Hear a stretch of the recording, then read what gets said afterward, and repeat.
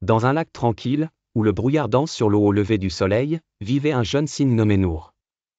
Nour était différent des autres cygnes, ses plumes étaient d'un blanc éclatant, et son cou légèrement plus court, ce qui faisait parfois de lui la cible de moquerie des autres cygnes.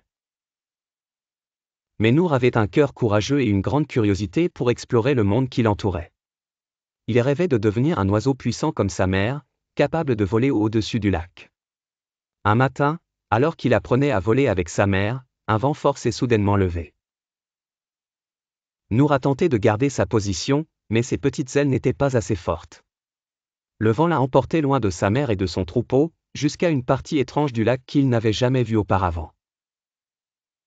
Quand il a atterri sur l'eau, il a regardé autour de lui et s'est trouvé dans un monde totalement différent.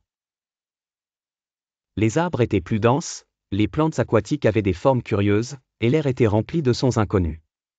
Nour se sentait effrayé et seul, mais il a décidé d'explorer l'endroit. Tandis qu'il nageait lentement, il a entendu une voix douce semblable à un chant. Il a suivi le son et s'est retrouvé devant un vieil arbre dont les branches touchaient l'eau, comme si elles tentaient de raconter une histoire. L'arbre a dit « Bonjour, petit cygne, tu t'es égaré, n'est-ce pas ?» Nour a répondu « Oui, j'ai peur et je ne sais pas comment retourner vers ma famille. » L'arbre a souri et a dit « N'aie pas peur, car chaque perte est le début d'un nouveau voyage.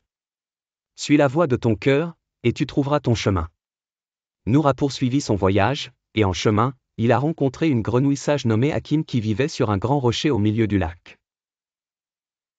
Hakim lui a dit « Le lac est grand, mais il n'est pas sans fin.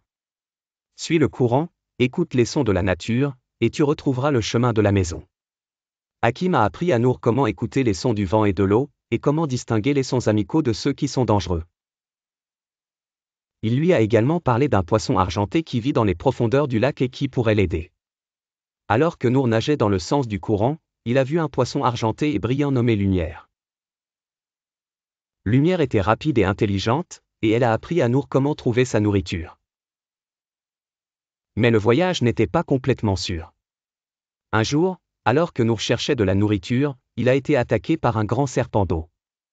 Heureusement, Lumière était à ses côtés et lui a montré où se cacher jusqu'à ce que le danger passe. La nuit, Nour se sentait seul et avait peur de l'obscurité. Mais il a rencontré une chouette sage nommée Léla, qui vivait dans un grand arbre près du lac. Léla lui a dit « L'obscurité n'est pas ton ennemi, elle est une chance pour te reposer et réfléchir.